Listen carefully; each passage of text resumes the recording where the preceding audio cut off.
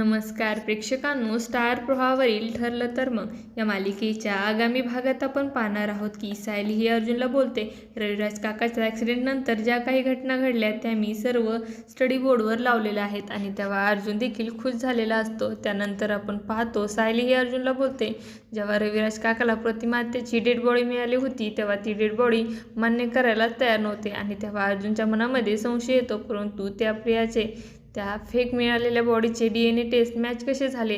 तर इकडे आपण पाहतो नागराज हा मैफतला धमकावतो। साक्षी शिकरे आणि समीरा शेख या दोन व्यक्ती नाही तर एकच व्यक्ती म्हणजे साक्षी जिवंत आहे हे जर पोलिसांना समजले तर पोलीस पुन्हा तिला जेलमध्ये टाकतील आणि फासावर लटकवतील। तुला चालणार आहे का? आणि तेव्हा मैफत हा अतिशय अस्वस्थ झालेला असतो। तर इकडे आपण पाहतो अर्जुन सायलीला बोलतो, प्रियाचे आणि त्या फेक बॉडीचे DNA मॅच झाले म्हणजे याचा अर्थ ती बॉडी ज्या हॉस्पिटलने रविराज काकांना दिली होती त्या हॉस्पिटलमध्ये कोणीतरी व्यक्ती या सर्व कटामध्ये सामील आहे।